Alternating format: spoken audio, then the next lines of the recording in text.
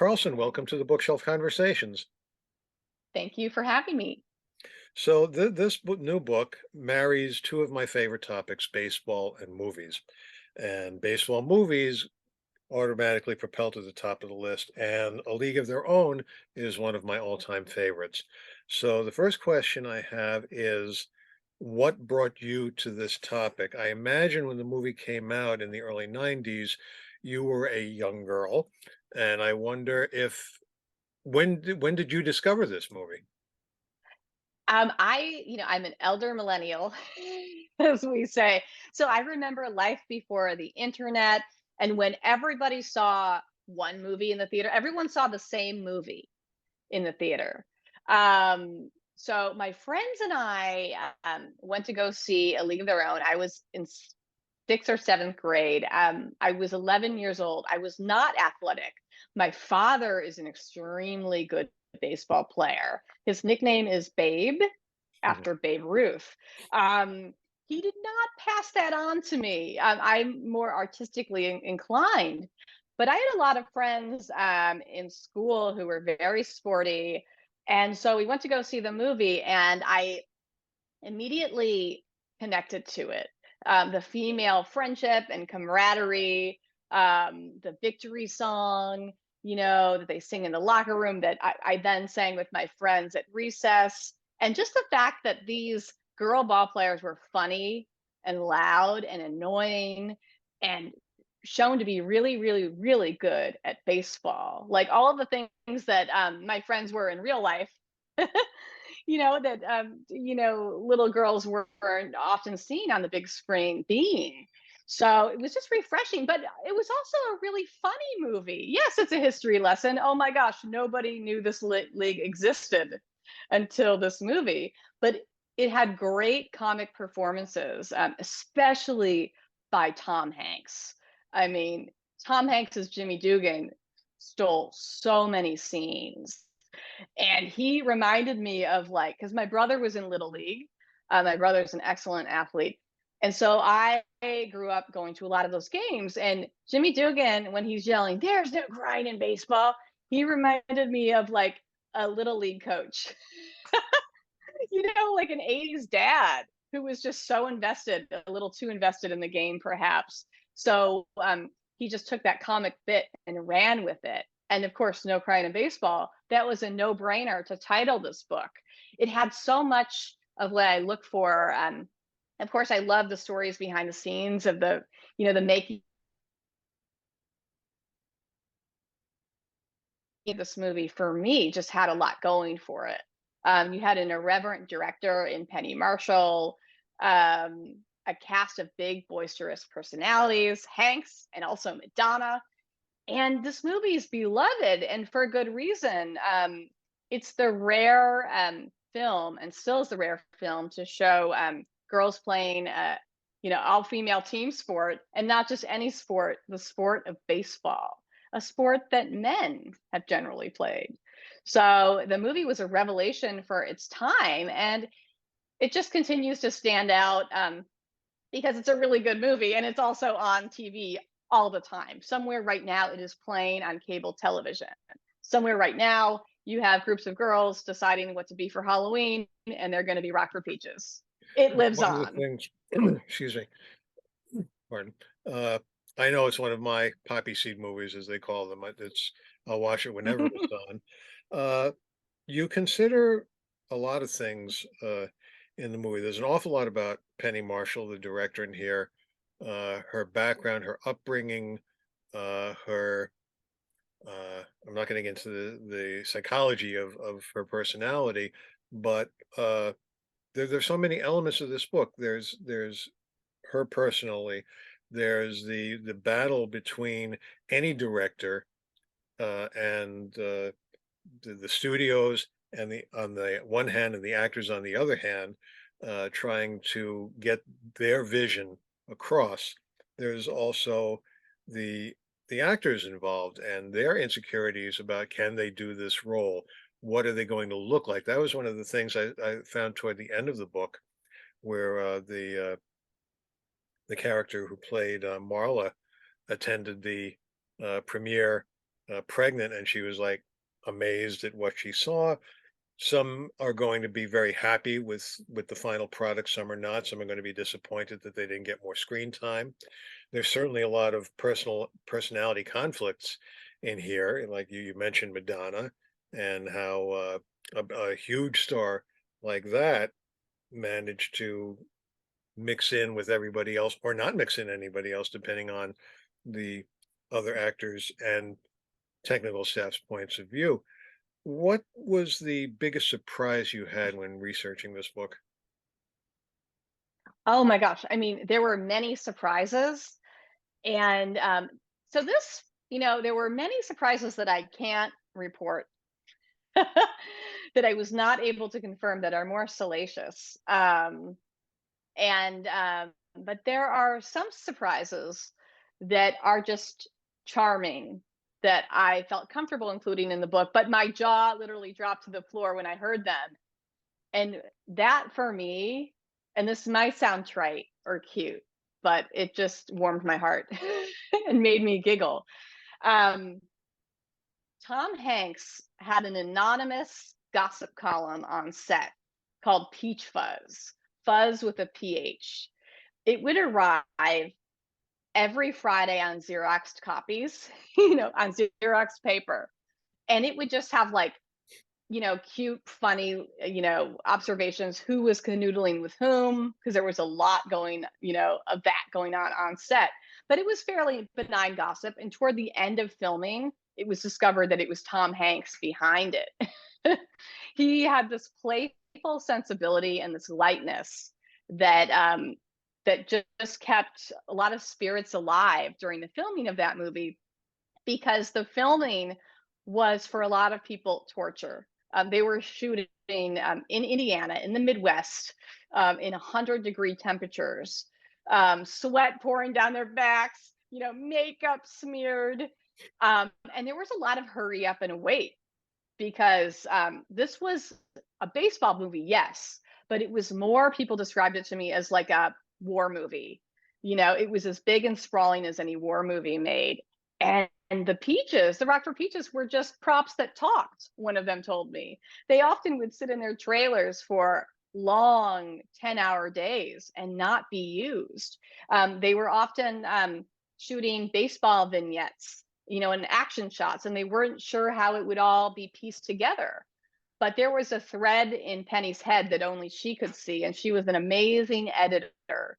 And she kind of cobbled everything together so that it looked like a movie. So when Gina Davis saw it, she was shocked, because nobody, Marla Hooch, the actress who played her, is named Megan Cavanaugh, a Chicago girl. She thought it was going straight to video. Nobody knew, right? Nobody knew that this movie would resonate as it has, for sure. But it's the most successful baseball movie of all time. Even more successful than other movies I love, like Field of Dreams, The Natural, and Bull Durham. So that's unusual that this movie made more money than those movies, which also endure as classics. But you know what I mean? It seems like a miracle almost. You talk about the long days of basically not doing anything, and I recall from your book that uh, Penny Marshall shot 1,000,000 feet of film. Now, I'm not versed in the industry, so I don't know how that stacks up against other films of similar length. It seems like a lot, and it seems like it would take a lot of. You say she was a very good editor, but she's not dealing with it on her own, and there were conflicts between Penny Marshall and other people, other creative types, directors of photography, writers, editors. I recall a part in the book where uh, the male writers were having a tough time writing humor for women. And I Yes. wonder about that dynamic there, that gender dynamic between a female director and the majority of the rest of the creative staff who were male. And what was that like?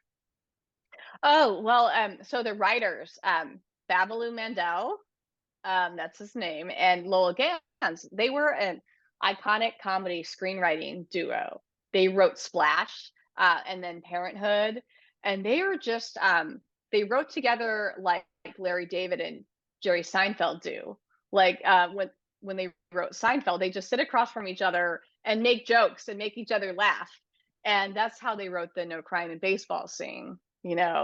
They were like writing it freestyle, just like writing it on a piece of paper and yelling back at each other.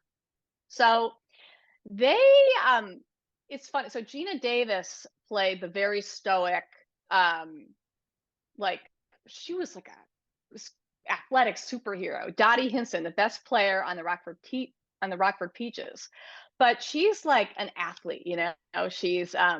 She's taciturn, she's self-possessed, and she's a strong and silent type. But Gina wanted more jokes. She saw that the other characters got to be funny, and a lot of them were women. Um, Rosie O'Donnell was hilarious in that movie. Madonna was funny in that movie. Marla Hooch, oh my God, that her rendition of "It Had to Be You" is one of the iconic covers of that song ever. So, so the writers could write women, they really could. And of course, Lovett's got a lot of jokes, and Tom Hanks because they could improvise, and Penny loved improvisers. But Gina wanted a little of that too, so she goes to Gans and Mandel. She's like, "Can you write some jokes for me?" And they go, it's her recollection, it's pretty hard to write jokes for women. And she's like, "Come on, guys, pretend I'm like Billy Crystal." And they wrote jokes for Billy Crystal too. Um, she's like, just pretend I'm Billy Crystal and write me a joke. And I think I think they had a different understanding of what Dottie was. Dottie was not the jokester. She was the straight man. She was the calm amid this, in the center of the storm. So, so Gina actually took that and ran with it. She's like, okay, I'm going to be as stoic as possible. I'm going to be the Gary Cooper of this movie, and just, be the center of the storm. And I think it worked for her. She came late to the movie. She replaced Deborah Winger last minute in the role. So Gina had missed weeks of rehearsals. She did not have the training that a lot of her co-stars had. So she had to start from scratch, and she had no understanding of baseball, as Tom Hanks told the coach on the movie. She doesn't even know that she has to take off her catcher's mitt, so, or catcher's mask. So she was at a disadvantage there. However, she was smart enough to know what she could do and couldn't do. Whereas like Lori Petty and some other of her co-stars were like, "I don't want to use my double. I want to do the stunt myself." Gina was more than happy to cede her stunt work to her doubles, who were both men and women. Um, However, she got it. She's a quick learner and she's extremely smart. So she began to master certain things, as filming went on. She figured out how to catch a pop fly behind her back. And she was just very, very good at projecting excellence. She was very, very good at persuading people that she was the on screen, that she was the best player in the league. She had a fierce batting stance and a steely game face. Rosie O'Donnell called her Gina the Machina, and that Terminator quality. You see it in that scene where Rosie's character, throws at her, and then Gina catches the ball with her bare hand. And like, whoa, that scene makes you go, she's a badass. But that ball in real life was made of Nerf. That was a foam ball thrown at Gina from a short distance off camera, but you would never know that it was anything less than a hard ball. Because it That's certainly how good of an. sounds like it was Yeah. a hand. One of my Oh yeah, favorite that's looping. That's post production. That yeah, crack. That one snap. of my Yeah. favorite scenes in a movie is when they drive up to the Suds bucket. There's a little, like, a tween boy driving the car, and he says, Why don't we go in the back seat and you make a man out of me?" And she says, "Why don't I smack you around?" He says, "Can't we do both?" I thought that was my favorite line in the whole movie. Uh, she was very convincing as an athlete. Many of the women were convincing, and then some were athletes, some were athletic, some were players.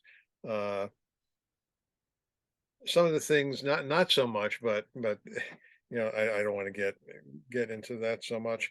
Uh, a good deal about the movie does not address the sexual component of the day, of the league. Yeah. And I wonder if in years later, Penny Marshall ever had any second thoughts about not addressing the gay parts of the league, as certainly I believe it's Amazon, or it might be uh, another streaming service, their version of A League of Their Own, which I did not like at all, I must say, uh, does address that much more. But then again, this was 1992 versus 2023. So I wonder if you have any thoughts about her addressing that. Well, Penny is just one to own all of her choices. Penny, as anxious as she could, and indecisive, and just she was just so full of angst and worry. But she owned her choices and she defended them, and she wasn't really into regretting um, some choices that she made that might not age as well. But one of those was the original players of the All American Girls Professional Baseball League. Um, a large number of them were gay, but that history, the lesbian history, was just erased from the film. And, you know, that was illuminated during the scene that Rosie O'Donnell filmed on the Rockford Peaches bus. And she's explaining to her, um, teammates why she's, kept dating her deadbeat boyfriend. Because she's like, everyone else made me feel like the weird girl because I could play ball. But she's looking around at her teammates, and for the first time in her life, she's among like-minded people. She feels a sense of belonging, a sense of community, and she goes, we're all right. And she rips up his photo and throws it out the window. Betty Spaghetti and Kit are nodding in agreement. Um, for Rosie, that scene had a lot of subtext. Rosie felt that her character was gay, totally in love with May, all the way May Mortebito, but didn't really know what to do about that, and didn't know that those feelings meant that she was gay. So she was reciting the monologue that Gans and Mandel wrote, and all of a sudden Penny goes, Ro, what are you doing? And Rosie's like, "What do you mean?" She's like, "Rosie, it's not a gay thing. Don't make it a gay thing." That's my Penny impression. It's very bad. And but Rosie, who was gay, understood this character as Penny could not, and recited the lines the same way as she recited them before. And a lot of lesbians and queer film goers saw the subtext in that too. And for them, that was Doris's coming out moment. That was when she came out. Maybe she didn't say it out loud, but that's what they felt. That moment flew over my head, as did a lot of moments in that film. That it's a queer film for queer audiences. It's not stated, but it kind of hangs in the air. So my take on why Penny didn't acknowledge that history is kind of twofold. I think she was so obsessed with the box office of her films, and I think she felt that acknowledging that history could possibly damage ticket sales. And she was a Marshall, like her brother Gary. She wanted to make a film as big and broad and as commercial as possible, and it was thought that um, centering gay characters would make it niche, so that was the thinking at the time. So I also, one of the Peaches, Megan Kavanaugh, who played Marla Hooch, told me, Penny wasn't gay. I don't think she understood the importance of telling those stories because it didn't affect her in a way. I think that's just, you know, that's just my take on that. So when Abby Jacobson went to go reboot A League of Their Own for Amazon, she called Penny to receive her blessing, and she did. And Penny was very sick at the time, so the phone call was like 20 minutes. But Penny explained to Abby that she didn't have time in the during the runtime. I think it was like 2 hours. She didn't have enough time to tell those stories, but she did include that great scene of the black player, picking up that ball in a foul line and throwing it over Dottie's head. So Penny was very proud of that moment. And that But if she moment were is right, but if she were making this movie today, she would absolutely acknowledge the lesbian history for sure. the moment with the African American woman throwing the ball is a big component of the television version, uh, Yeah, quite a bit. I want to go back to something you said about when Gina Davis came on. She was a little behind because Deborah Winger was originally cast in the role, and I always think about what movies would be like if they had different people in those roles. And were there yeah. other people who were considered for some? Like, was there anybody else considered for the role of Jimmy Dugan? Oh, yes. I love those stories too. Like how would the movie be different if this person were in this iconic role? Or I can't imagine anyone else playing this role. But then you can sometimes if you hear of some people who are up for it. Well, I couldn't Jim imagine Belushi, anybody else playing Marla Hooch. right? I mean, she's perfect. That's my favorite Peach. That's my favorite, and she's a lovely person too. Um, Jim Belushi was up for the role of Jimmy Dugan, and I think he would have made an excellent Jimmy.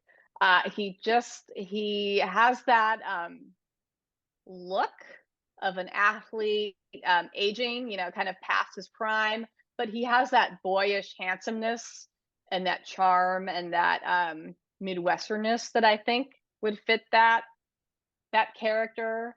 But it was between him and Hanks. So Jim Belushi told me, I had the role on a Friday, then they gave it to Tom Hanks on a Monday.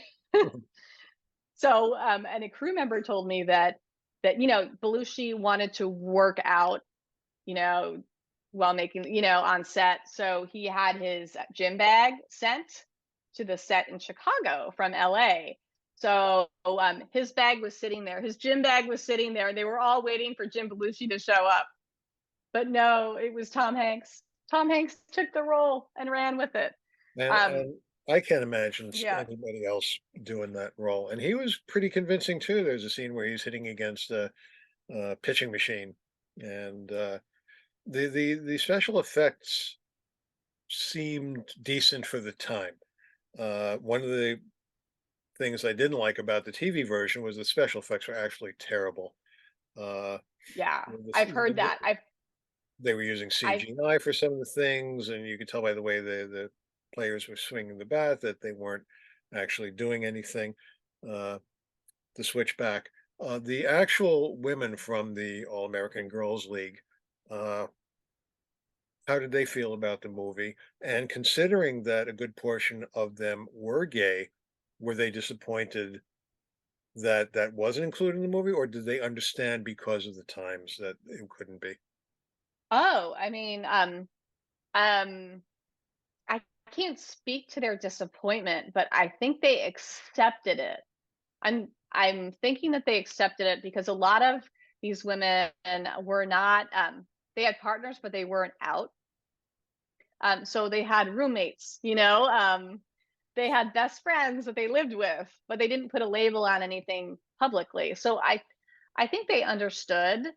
Um, they were more upset about a couple of things. I mean, they love the movie and they're very honored by it. It's part of their legacy, and so many more people knew about the league, this obscure women's baseball league erased from the history books. Um, so many people knew what they did and knew that they were trailblazers. So they loved that acknowledgement. They didn't like some of the creative license that the writers took. So the writers made Jimmy Dugan at the beginning a total buffoon. And the players were like, that's not how our managers were. Some of their managers were checked out former major leaguers like Jimmy Fox, who was, partly part inspiration for Jimmy Dugan. But those guys were always polite. They showed up, and they weren't gross or crude, you know. So they were like, "That's not right." And they also didn't like a scene that Penny later cut because they didn't like it, and it was with Jimmy kissing Dottie. So they have a moment. It's dark. The game has ended, and they're talking, and he's like, just raving to Dottie. He's like, "You're so good. You're like an animal. He's just telling her that she's amazing at baseball, which she is. And then, like, his passion, gets a hold of him and he grabs her, pulls her in for a kiss. And she's like, "Why did you do that?" And runs away. And the studio had wanted some of that they wanted a romantic scene between the two of them, and they wanted Dottie to end up with Jimmy at the end of the movie. But Penny put her foot down. She's like, "No, no, no, no, no. This takes the focus away from the central storyline. Dottie, Kit, like the women of the league, the Rockford Peaches." And the original players were like, first of all, Dottie would never betray her husband like that. Dottie would never let that happen. Her husband's off at war. And the original players, they didn't think of themselves as feminist trailblazers until later. They thought of themselves as at the front lines of the war, keeping baseball alive at a time when a lot of the minor leaguers were overseas. So they thought of it as their patriotic duty. Not until the 1980s did they start reuniting and, like, you know, petitioning to Cooperstown for them to create a display in their honor. For those who are interested, I believe you can find that deleted scene on YouTube. I saw it several years ago, and it was a good decision not to do something like that.